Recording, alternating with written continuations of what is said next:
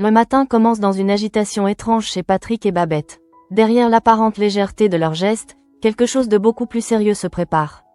Tous deux savent que cette journée ne ressemble à aucune autre. Ils doivent participer à une garden party en se glissant au cœur d'une opération secrète, et malgré l'excitation, une tension sourde accompagne chacun de leurs mouvements. Dans l'appartement, le couple s'habille discrètement, presque comme s'il voulait éviter d'attirer l'attention avant même de partir.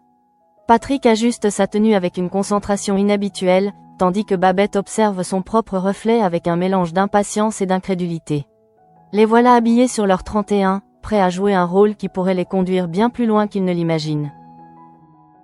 Une fois dehors, ils rejoignent Sonia, qui les attend pour le départ. Tout semble prêt. Il ne reste plus qu'à monter dans le véhicule et rejoindre les autres membres de l'opération. Mais au moment où Patrick et Babette pensent pouvoir enfin partir, une voix les arrête. Morgane vient d'apparaître, et son intervention change immédiatement l'atmosphère. Morgane ne s'adresse pas à eux avec légèreté. Elle regarde Babette et lui annonce que Patrick n'est pas celui qu'il prétend être. La phrase tombe brutalement, au pire moment possible. Babette se retrouve face à une accusation qui paraît absurde, tandis que Patrick comprend qu'il doit mettre fin au doute sans perdre davantage de temps. Morgane, elle, reste profondément troublée par ce qu'elle croit savoir. Patrick choisit alors la preuve la plus directe.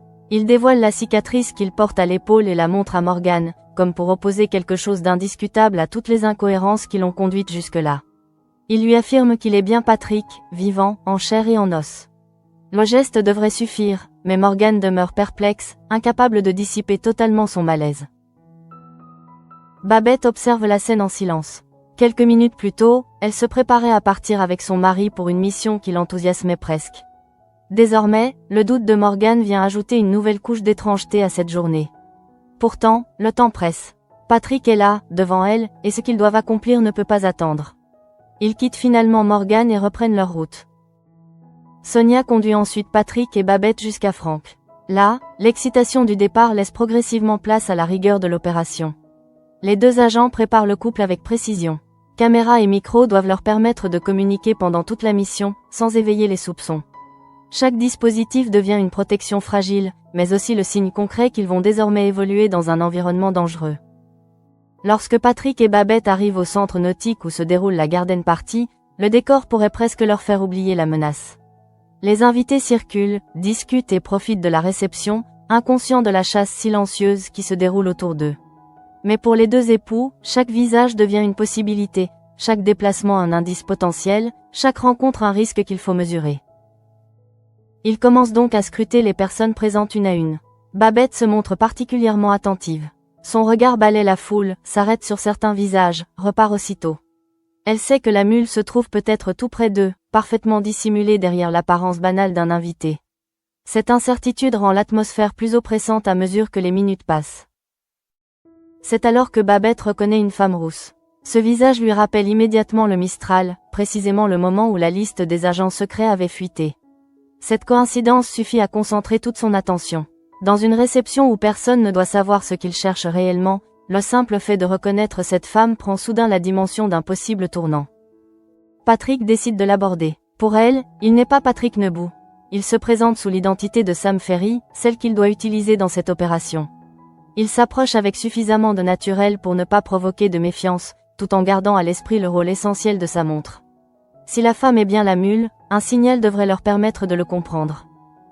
Patrick rapproche donc discrètement sa montre, attendant la réaction qui pourrait confirmer leurs soupçons. Pourtant, rien ne se produit. Aucun signe, aucune activation, rien qui permette d'identifier cette femme comme la personne recherchée. Pendant quelques secondes, l'espoir d'avoir trouvé rapidement la mule s'effondre. Patrick doit conserver son calme alors que l'urgence, elle, ne cesse de grandir. La situation devient encore plus tendue lorsque Tamara apparaît. Son arrivée ne laisse aucune place au doute sur la gravité de ce qui se joue. Elle demande à Patrick pourquoi il ne se trouve pas avec la mule. Derrière cette question se cache déjà une menace. Patrick comprend que son temps est compté et qu'une erreur pourrait désormais avoir des conséquences bien plus graves. Tamara ne se contente pas de lui rappeler sa mission. Elle exige que le transfert soit effectué immédiatement et lui fait comprendre qu'il pourrait ne plus avoir l'occasion de sourire s'il échoue. Sous l'identité de Sam Ferry, Patrick doit encaisser ses paroles sans révéler ce qu'il ressent. Derrière son calme apparent, la pression augmente brutalement. Il lui faut trouver la mule, et vite. Pendant ce temps, Babette poursuit ses recherches dans le club. Elle se déplace au milieu des invités, attentive au moindre élément susceptible de l'orienter. Mais l'atmosphère mondaine commence à se fissurer. Ce qui ressemblait encore quelques instants plus tôt à une mission excitante prend une couleur beaucoup plus sombre. Babette sent que le danger n'est plus abstrait et qu'il pourrait surgir au détour d'un simple passage. À cet instant, son regard croise celui d'un homme dont l'attitude lui inspire immédiatement de la méfiance. Quelque chose dans sa présence la met en alerte.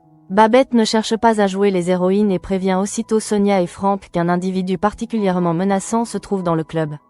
La réponse qu'elle reçoit transforme définitivement cette inquiétude en peur réelle. Sonia et Frank savent qui est cet homme. Il s'agit d'un tueur à gages activement recherché par les services. Ils ordonnent à Babette de ne surtout pas le laisser s'approcher et, surtout, de ne pas rester seule. La garden party vient alors de changer de visage. Derrière les conversations et les sourires, Babette comprend qu'un homme capable de tuer circule désormais dans le même espace qu'elle. À partir de cet instant, Babette ne regarde plus la garden party de la même manière. Chaque déplacement lui paraît suspect, chaque silhouette peut cacher une menace. L'avertissement de Sonia et Frank résonne dans sa tête avec une insistance presque physique. Ne pas rester seule devient une nécessité absolue, tandis que l'homme qu'elle vient d'identifier comme dangereux continue de circuler parmi les invités sans attirer l'attention. Pour lui échapper, Babette choisit de se fondre dans la foule. Elle ralentit son pas, change légèrement de direction, s'approche des groupes d'invités comme si elle cherchait simplement quelqu'un. Derrière cette apparence tranquille, son esprit travaille à toute vitesse. Elle sait qu'elle ne doit pas laisser apparaître sa peur. Le moindre geste trop brusque pourrait suffire à éveiller les soupçons du tueur. C'est alors qu'elle aperçoit Joël. Cette rencontre pourrait sembler anodine dans un autre contexte, mais pour Babette, elle représente immédiatement une possibilité de ne plus rester isolée. Joël est cette femme originaire du Cameroun qu'elle connaît déjà, notamment parce qu'elle a récemment été équipée d'un pacemaker. Babette s'approche d'elle en tentant de maîtriser le trouble qui agite encore son visage. Elle engage rapidement la conversation, tout en restant attentive à ce qui se passe autour d'elle. Le danger est trop proche pour qu'elle puisse s'expliquer tranquillement au milieu de la réception. Babette décide alors d'utiliser ce qu'elle connaît de Joël pour trouver un prétexte crédible. Elle lui affirme qu'elle doit absolument l'ausculter et l'entraîne vers les toilettes, loin des regards indiscrets. Une fois à l'intérieur, l'ambiance change brutalement. L'agitation de la garden party semble soudain très loin. Babette peut enfin parler plus franchement. Elle explique à Joël qu'un homme dangereux la suit et qu'elle doit rester prudente. La situation est suffisamment inquiétante pour que cette consultation improvisée n'ait plus rien de médical. Désormais, Babette cherche avant tout un endroit où gagner quelques précieuses minutes. Pourtant, au même moment, un autre problème survient. Sonia et Frank perdent le contact. Le lien qui devait permettre à Patrick et Babette de se sentir accompagnés disparaît soudainement. Plus de réponse, plus de voix pour les guider. Pour Babette, cette coupure est particulièrement angoissante. Le dispositif censé assurer leur sécurité devient inutile exactement au moment où la menace se rapproche dangereusement. Patrick, de son côté, commence lui aussi à comprendre que la mission est en train de leur échapper. La pression exercée par Tamara, l'incertitude autour de la mule et la présence d'un tueur à gages transforment totalement l'opération. Lorsqu'il retrouve Babette, son attitude n'a plus rien de celle de l'homme excité quelques heures plus tôt par cette aventure clandestine. Il essaie immédiatement de joindre Sonia et Frank. Son message est clair, il veut tout arrêter. Pour Patrick, la limite a été franchie. Ce qui devait rester une opération contrôlée est devenu une situation où sa femme peut être tuée à tout moment. Il répète que c'est beaucoup trop dangereux, attendant une réponse qui ne vient toujours pas. Le silence rend son inquiétude encore plus profonde. Babette perçoit alors chez Patrick une peur qui dépasse celle d'un agent engagé dans une mission délicate. C'est la peur d'un mari qui comprend que la femme qu'il aime se trouve au cœur d'un piège. Lui qui essayait jusque-là de maintenir une façade de maîtrise ne songe plus au succès de l'opération. Il voudrait simplement sortir Babette de cet endroit avant que la situation ne devienne irréversible. Mais précisément au moment où Patrick prononce ces mots, quelque chose attire son attention. Sa montre vient de s'activer. Le signal est identique à celui qu'il avait déjà observé au Mistral lorsque les données avaient circulé. Durant une fraction de seconde, l'urgence provoquée par le tueur à gages se mêle à une découverte qu'aucun d'eux n'attendait à cet endroit précis. Patrick regarde sa montre, puis Babette. Il n'a pas besoin de longues explications pour lui faire comprendre ce qui vient de se passer. L'appareil ne s'est pas déclenché au hasard. Quelqu'un, tout près d'eux, provoque cette activation. Et dans cet espace désormais réduit, il ne reste qu'une personne qui puisse correspondre à ce qu'il recherche depuis le début. Babette tourne alors son regard vers Joël. Le déclic est immédiat. Celle qu'elle venait de considérer comme une personne à protéger, une connaissance qu'elle entraînait à l'écart pour la mettre en sécurité, pourrait en réalité être au centre de toute l'affaire. La révélation est brutale. Joël est la mule qu'il cherche depuis leur arrivée à la garden party. Tout prend soudain un sens différent. La présence de Joël au Mistral au moment de la fuite des informations, son déplacement prévu vers le Cameroun et maintenant cette réaction de la montre de Patrick composent un ensemble beaucoup trop précis pour être ignoré. Babette doit pourtant encaisser cette découverte tout en sachant qu'un tueur circule encore à quelques mètres d'eux. Patrick partage le même vertige. Il vient enfin de trouver la mule, mais cette réussite ne lui procure aucune satisfaction. Au contraire, elle rend la situation encore plus explosive. Tamara lui a ordonné d'effectuer le transfert rapidement, Sonia et Franck ne répondent plus, et le danger qui plane sur Babette ne s'est pas éloigné. Chaque seconde perdue pourrait désormais devenir décisive. Dans le même temps, Tamara poursuit elle aussi ses recherches. Elle sait que quelque chose ne se déroule pas comme prévu. Le simple fait que Patrick, sous l'identité de Sam Ferry, tarde à accomplir ce qu'elle attend de lui suffit à nourrir sa méfiance. Son objectif n'est plus seulement de récupérer les informations. Elle veut éliminer toutes les incertitudes susceptibles de menacer l'opération. Le tueur à gages reste donc un élément essentiel de son dispositif. Pour Tamara, il n'est pas question de prendre le moindre risque. Elle lui donne alors un ordre dont Patrick ignore encore toute la gravité. Il devra aussi s'occuper de Ferry. Derrière ce nom se cache évidemment Patrick, désormais considéré non plus comme un simple intermédiaire, mais comme un problème qu'il faut faire disparaître. Pendant ce temps, dans les toilettes, Patrick et Babette doivent agir sans savoir que la menace vient encore de monter d'un cran. Ils se tournent vers Joël et lui demandent de remettre le récepteur avant que de nouveaux noms d'agents ne puissent être dévoilés. Mais la situation se révèle immédiatement beaucoup plus complexe qu'ils ne l'imaginaient. Babette comprend peu à peu que ce fameux récepteur n'est pas un objet que Joël transporte simplement dans un sac ou une poche. Tout est lié à son pacemaker. Cette découverte donne soudain une dimension particulièrement inquiétante à la mission. Le dispositif médical que Joël porte dans son corps est aussi celui qui sert à récupérer les données secrètes qu'il cherche à protéger. La logique devient alors terriblement claire. Les informations seront récoltées une fois que Joël sera retourné au Cameroun. Autrement dit, la mule transporte littéralement le dispositif nécessaire au transfert sans forcément attirer la moindre suspicion extérieure. Ce procédé explique pourquoi il était si difficile de l'identifier et pourquoi Patrick et Babette ont dû attendre l'activation de la montre pour comprendre enfin la vérité. Mais cette avancée arrive au pire moment. Patrick sait que rester caché ne résoudra rien. Babette sait que Joël ne peut pas simplement retirer un appareil médical de son corps. Quant à Sonia et Franck, ils restent silencieux. Dans cet espace exigu, les trois se retrouvent au cœur d'une situation qui se referme progressivement sur eux. Patrick décide alors qu'ils doivent sortir. Ils n'ont plus la possibilité d'attendre indéfiniment une aide qui ne répond pas. Le tueur à gages peut surgir à tout instant, et Tamara cherche probablement déjà à savoir où ils ont disparu. Le seul objectif devient désormais de quitter cet endroit avec Babette et Joël avant que leurs adversaires ne les retrouvent. En ouvrant la voie, Patrick avance avec une prudence extrême. Mais à peine sorti, il croise justement le tueur à gages. Pendant quelques secondes, tout pourrait basculer. Patrick réussit toutefois à lui échapper et saisit cette occasion pour fuir avec Babette et Joël.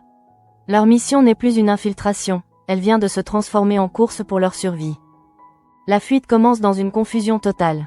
Patrick avance le premier, Babette et Joël juste derrière lui, avec une seule idée en tête, mettre le plus de distance possible entre eux et ceux qui les recherchent. Mais la garden party, qui leur offrait quelques minutes plus tôt une foule dans laquelle se dissimuler, devient désormais un labyrinthe où chaque détour peut cacher Tamara ou son homme de main. Patrick n'a plus le temps de réfléchir longuement. Il sait que le tueur à gages est tout près et que Tamara a probablement compris que quelque chose ne se déroule pas comme prévu. Sa priorité absolue est de protéger Babette, mais il doit aussi garder Joël avec eux. La jeune femme est devenue la pièce centrale d'un dispositif bien plus sophistiqué qu'il ne l'avait imaginé. Babette, de son côté, tente de rester lucide malgré la peur. Sa découverte concernant le pacemaker de Joël continue de tourner dans son esprit. Elle comprend à quel point le système a été pensé pour passer inaperçu. Un simple appareil médical, parfaitement légitime en apparence, dissimule en réalité le récepteur destiné à récupérer des données sensibles. Cette révélation rend toute intervention immédiate extrêmement délicate. Ils continuent pourtant à avancer, espérant atteindre une zone où ils pourront retrouver Sonia et Franck ou, au minimum, quitter le centre nautique. Mais leur marge de manœuvre se réduit rapidement. La perte de contact avec leur soutien les prive de toute vision globale. Ils ignorent où se trouvent leurs adversaires, s'ils sont suivis, et surtout si une issue reste réellement accessible. À ce moment-là, Tamara les retrouve. Son apparition brise immédiatement l'espoir d'une sortie discrète. Elle tient une arme et la dirige vers eux, sans laisser de place à la moindre ambiguïté. Patrick comprend qu'ils sont piégés. Babette se fige, tandis que Joël se retrouve elle aussi entraînée dans une situation dont la violence dépasse tout ce qu'elle pouvait imaginer quelques instants auparavant. Le visage de Patrick se ferme. Il cherche instinctivement une possibilité, un mouvement, une distraction qui pourrait leur permettre de reprendre l'avantage. Mais Tamara ne leur laisse aucun espace. Son arme suffit à imposer le silence. Toute tentative trop précipitée pourrait mettre Babette ou Joël en danger. Patrick est obligé de contenir son instinct et d'attendre une occasion qui ne vient pas. C'est alors que la menace surgit également derrière lui. Le tueur à gages arrive dans son dos, exactement au moment où Patrick concentre son attention sur Tamara. Il n'a pas le temps de se retourner ni de se défendre. Le coup est brutal. Patrick s'effondre sous la violence de l'impact, laissant Babette assister impuissante à la scène. Pour Babette, l'instant est terrifiant. Voir Patrick tomber ainsi lui fait comprendre qu'ils ont définitivement perdu le contrôle de la situation. Tout s'enchaîne trop vite. La garden party, les micros, la recherche de la mule, leurs échanges avec Sonia et Franck paraissent soudain appartenir à une autre réalité. Désormais, ils ne sont plus des participants à une opération, ils sont les prisonniers de ceux qu'ils cherchaient à démasquer. Lorsqu'ils reprennent connaissance, Patrick et Babette ne savent pas immédiatement où ils se trouvent. Le décor n'a plus rien à voir avec le centre nautique. Ils sont enfermés dans une cabane, isolés, loin du bruit et des invités. L'espace est étroit, inquiétant, et surtout, leurs poignets sont attachés. Le premier réflexe de Patrick est évidemment de tenter de se libérer. Il tire sur ses liens, change de position, cherche un angle qui pourrait lui permettre de dégager une main. Mais rien ne cède. Les attaches ont été mises précisément pour empêcher toute fuite improvisée.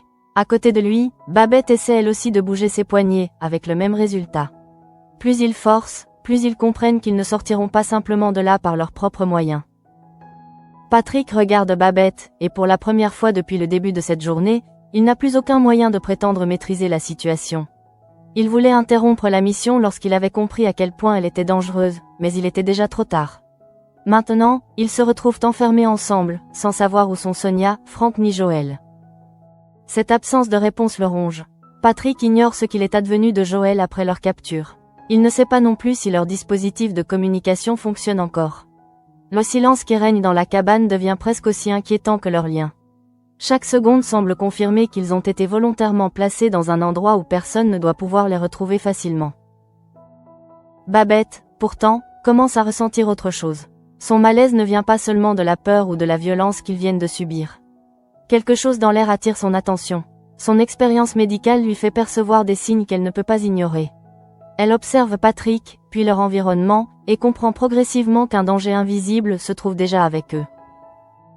La respiration devient plus préoccupante. Babette analyse la situation avec la rapidité d'une professionnelle qui sait que certaines menaces ne se voient pas. Le lieu est fermé, l'air semble mauvais, et les symptômes potentiels lui apparaissent avec une évidence effrayante. Elle comprend alors qu'ils ne sont pas simplement séquestrés. Leur enfermement a été conçu pour les tuer.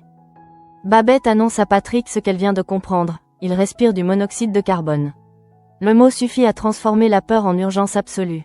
Ce gaz est invisible, impossible à détecter sans signe physique, mais il peut rapidement les priver de leur force avant même qu'ils aient réellement conscience de ce qui leur arrive.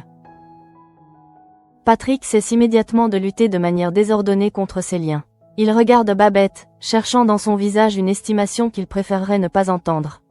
Il sait qu'elle comprend mieux que lui les conséquences d'une telle exposition. Sa question est simple, mais derrière elle se cache une peur immense. Combien de temps leur reste-t-il avant que leur organisme ne commence à céder ? Babette ne cherche pas à le rassurer artificiellement. Elle regarde autour d'elle, évalue l'espace dans lequel ils sont enfermés et la difficulté qu'ils auront à en sortir. Sa réponse est terrible dans sa franchise. Vu l'endroit où ils se trouvent, s'ils ne parviennent pas à s'échapper très rapidement, ils vont mourir. Aucun détour, aucune fausse consolation n'est encore possible. Ces mots frappent Patrick de plein fouet. Jusqu'à présent, il pouvait encore penser qu'ils étaient détenus pour être interrogés, menacés ou utilisés. Désormais, il comprend que leurs ravisseurs ont peut-être déjà décidé de leur sort. Il se remet à tirer sur ses liens, mais cette fois avec une énergie nouvelle, nourrie par la certitude que chaque minute consommée réduit leurs chances. Babette fait de même, tout en essayant de ne pas gaspiller inutilement ses forces. Elle sait que le monoxyde de carbone peut les affaiblir progressivement. Plus ils restent enfermés, plus leur capacité à réfléchir, bouger et se défendre risque de diminuer. Il leur faut donc trouver une solution avant que leur propre corps ne cesse de leur obéir. Dans cette cabane, la dynamique entre eux change encore. Patrick n'est plus seulement le policier ou l'homme infiltré sous l'identité de Sam Ferry. Babette n'est plus seulement la participante improvisée qui a identifié la mule. Ils redeviennent avant tout un couple confronté à la possibilité concrète de mourir ensemble. Leur mission s'efface derrière l'urgence la plus intime qui soit, rester en vie. Patrick observe sa femme avec une inquiétude qu'il ne cherche plus à cacher. Il aurait voulu la protéger, la faire sortir de la garden party dès qu'il avait senti la situation lui échapper. Cette pensée lui revient maintenant avec violence. Mais il n'a pas le temps de s'y abandonner. Chaque regret leur vole des secondes dont ils ont désespérément besoin. Babette, elle aussi, refuse de céder à la panique. Elle sait parfaitement ce que signifie le danger qui les entoure, et cette connaissance pourrait devenir paralysante. Pourtant, elle transforme sa peur en concentration. Il faut continuer à chercher, à tester leurs liens, à observer la cabane, à comprendre s'il existe la moindre possibilité de créer une ouverture avant qu'il ne soit trop tard. À l'extérieur, ils ignorent totalement ce qui se passe. Peut-être Sonia et Frank cherchent-ils encore à rétablir le contact. Peut-être personne ne sait-il encore qu'ils ont été enlevés. Cette incertitude est insupportable, mais Patrick et Babette ne peuvent pas construire leur survie sur l'espoir d'un secours. Pour l'instant, ils doivent agir comme si personne ne venait les sauver. Leur souffle, leur mouvement et le silence de la cabane rythment désormais une course contre le temps. La garden party paraît infiniment loin. Tout avait commencé avec des tenues élégantes, une certaine excitation et la conviction qu'ils pourraient mener cette mission ensemble. Quelques heures plus tard, le couple est ligoté dans un espace contaminé, avec une seule certitude, s'ils ne trouvent pas très vite un moyen de sortir, ils n'auront bientôt plus la force d'essayer. Dans la cabane, le temps semble soudain prendre une autre dimension. Patrick et Babette ne savent pas depuis combien de minutes ils respirent cet air contaminé, et cette ignorance devient presque aussi terrifiante que le monoxyde lui-même. Ils savent seulement qu'ils ne peuvent pas attendre. Chaque seconde passée à lutter contre leur lien peut faire la différence entre une issue possible et une perte progressive de leur force. Patrick recommence à tirer sur ses poignets, avec davantage de méthode. Il essaie de ne plus gaspiller son énergie dans des gestes inutiles, même si la peur pousse naturellement son corps à se débattre. Le souvenir du coup reçu lui traverse encore la tête, mais il refuse de s'y attarder. Tant qu'il peut bouger, tant qu'il peut parler à Babette, il existe encore une possibilité.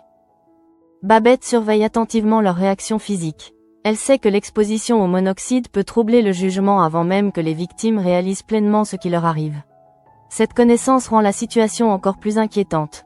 Elle ne peut pas se permettre de perdre sa lucidité, car Patrick compte sur elle pour évaluer la gravité du danger et reconnaître les signes annonçant une dégradation. À cet instant, tout ce qui les entourait quelques heures plus tôt paraît irréel.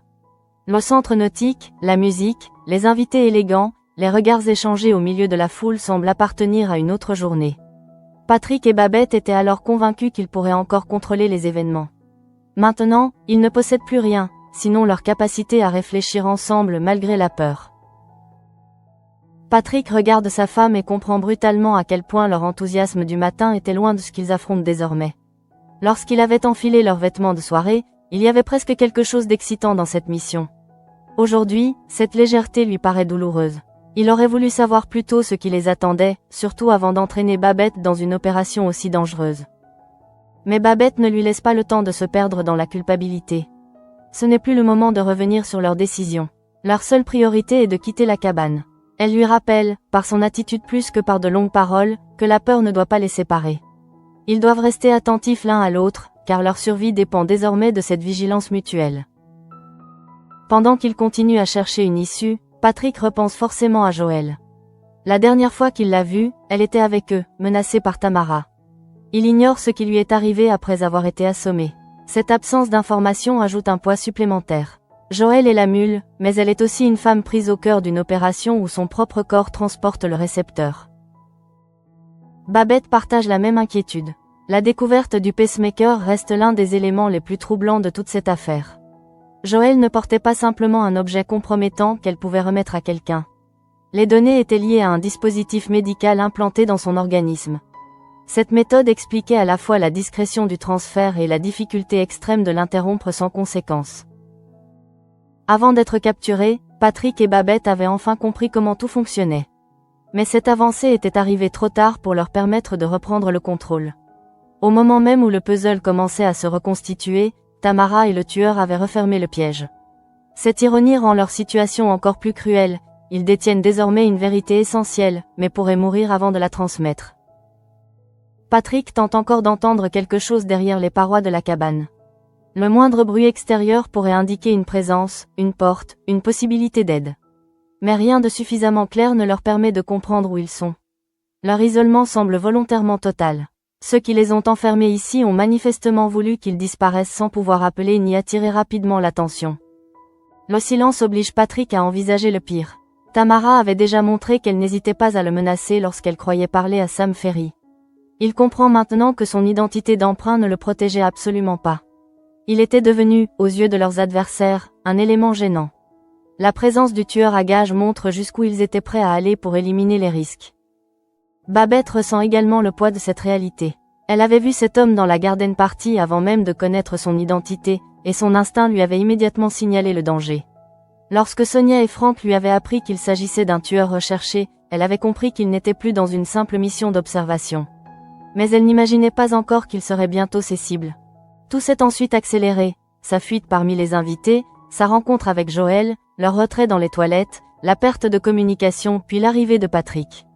Chaque événement avait semblé aggraver le précédent. À présent, enfermée face à son mari, Babette mesure la vitesse avec laquelle une opération apparemment préparée peut basculer lorsque l'adversaire comprend qu'il est surveillé.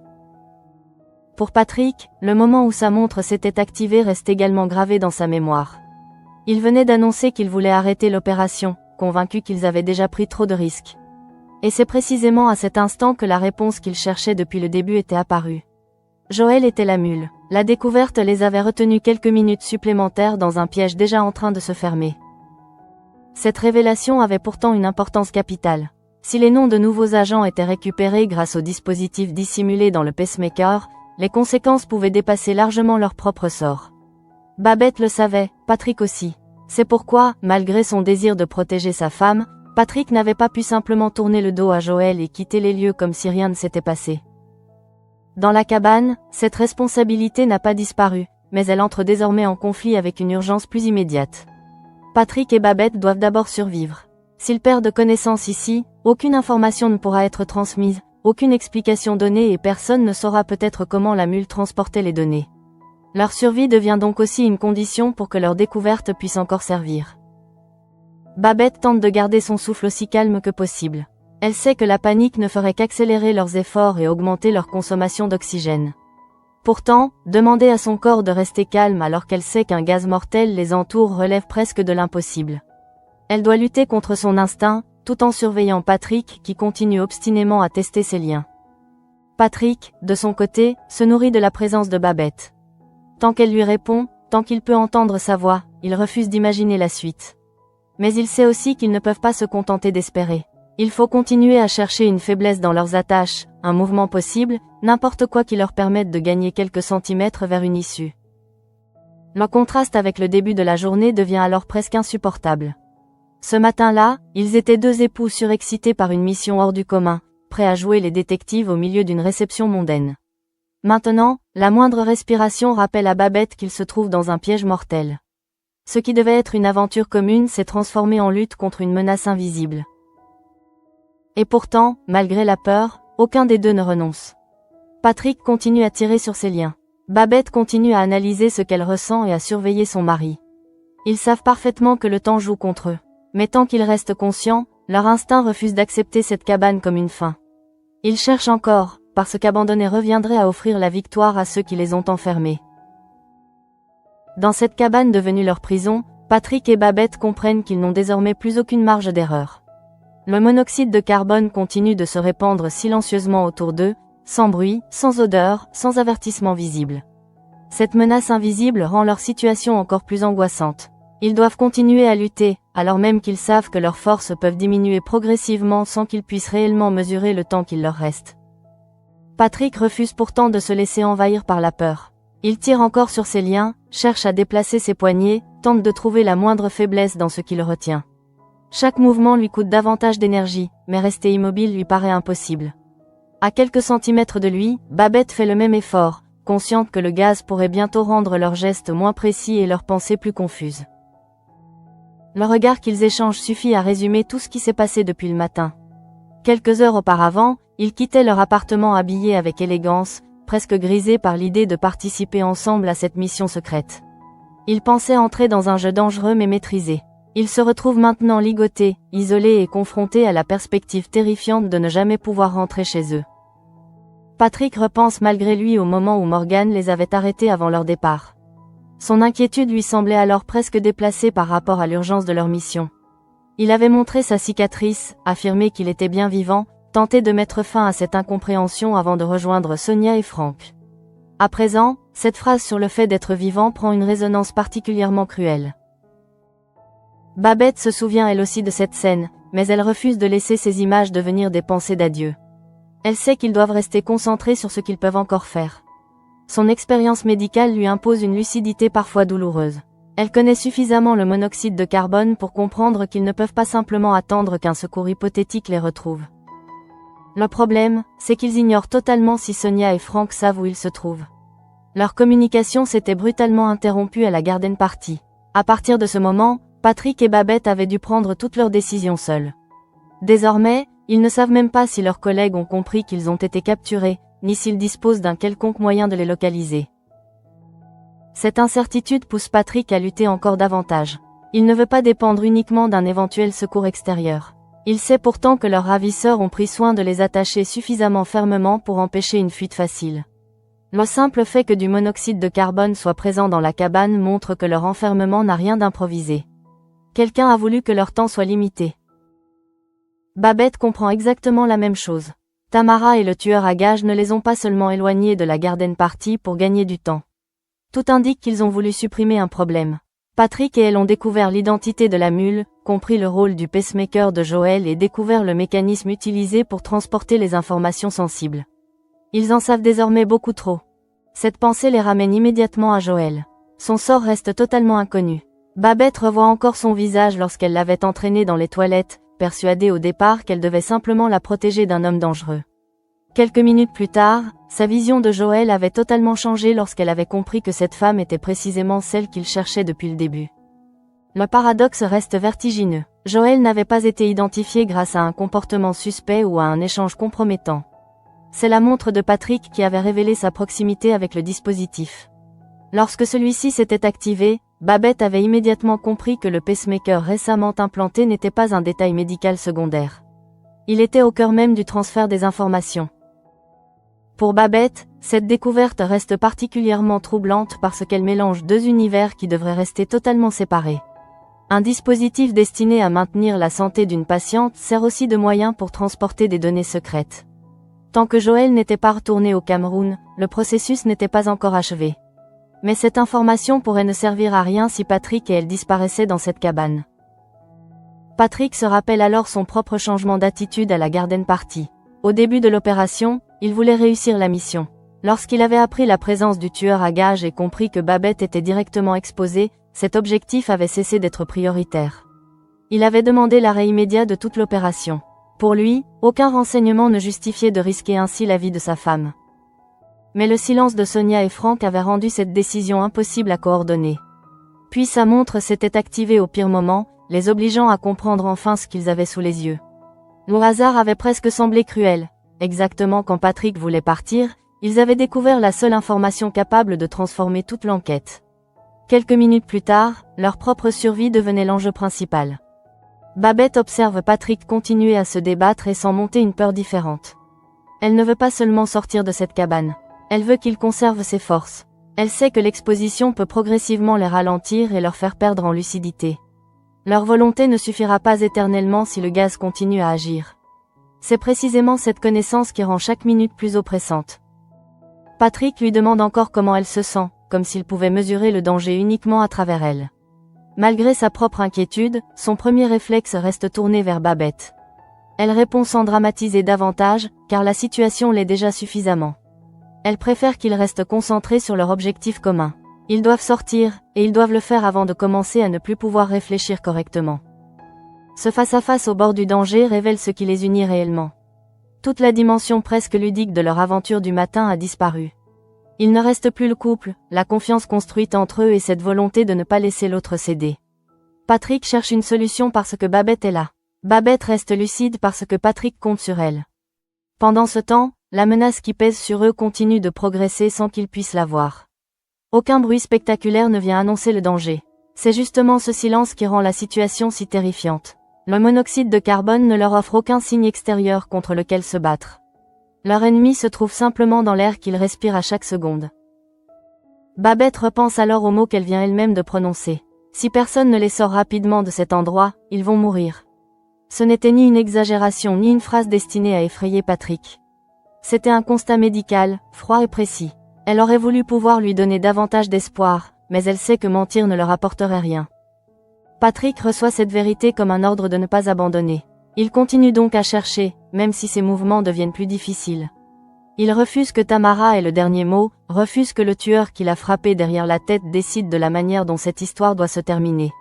Surtout, il refuse l'idée que Babette puisse mourir à côté de lui sans qu'il ait tout tenté. Leur situation reste pourtant suspendue à une inconnue. Sonia et Franck parviendront-ils à comprendre ce qui leur est arrivé? La disparition soudaine du couple après la perte de contact finira-t-elle par déclencher des recherches suffisamment rapides? Patrick et Babette n'ont aucune réponse. Ils ne peuvent qu'espérer que les indices laissés derrière eux permettront à leurs alliés de reconstituer les événements. La garden party, de son côté, a complètement perdu son apparence innocente. Derrière cette réception se cachait une opération où une mule transportait des informations dans un pacemaker, où Tamara surveillait chaque étape du transfert et où un tueur à gages était prêt à éliminer ceux qui menaçaient le dispositif. Patrick et Babette ont réussi à découvrir le cœur de ce système, mais ils en paient maintenant le prix. Pour Babette, le plus difficile est peut-être d'accepter qu'ils étaient si proches d'avoir réussi. Ils avaient identifié Joël, compris le fonctionnement du récepteur et tenté de la sortir de la zone dangereuse. Il ne leur manquait que quelques minutes et une communication fonctionnelle avec Sonia et Franck. Au lieu de cela, Tamara les avait retrouvés avant qu'ils puissent reprendre l'avantage. Patrick avait même réussi à éviter une première fois le tueur à gages. Cette courte victoire aurait pu leur permettre de partir avec Joël. Mais Tamara les attendait avec une arme, et l'homme de main avait surgi derrière lui. Un seul coup avait suffi pour faire basculer toute la mission et les conduire jusqu'à cette cabane dont ils cherchent maintenant désespérément à s'échapper. Les souvenirs s'arrêtent là, car Babette refuse de laisser son esprit dériver davantage. Elle revient à l'instant présent, à ses poignets attachés, à Patrick, à cet air qu'elle s'est contaminée. Le danger ne leur laisse plus le luxe de réfléchir au passé. Tant qu'ils peuvent encore bouger et se parler, il existe une possibilité, même infime, qu'ils doivent continuer à exploiter. Patrick acquiesce et reprend ses efforts. Leur énergie diminue, mais leur détermination reste intacte. Aucun des deux ne veut prononcer une phrase qui ressemblerait à un adieu. Tout leur comportement repose au contraire sur la conviction qu'ils doivent continuer. Ils se parlent, s'observent et refusent de laisser le silence de la cabane devenir celui d'une résignation. Mais la réalité demeure implacable. Le monoxyde de carbone continue de les menacer, leurs mains restent prisonnières de leurs liens et personne ne répond encore à leurs appels. La mission qui avait commencé comme une infiltration audacieuse s'achève pour eux dans une course contre la mort. Une seule question reste alors suspendue. Patrick et Babette seront-ils retrouvés avant qu'il ne soit trop tard?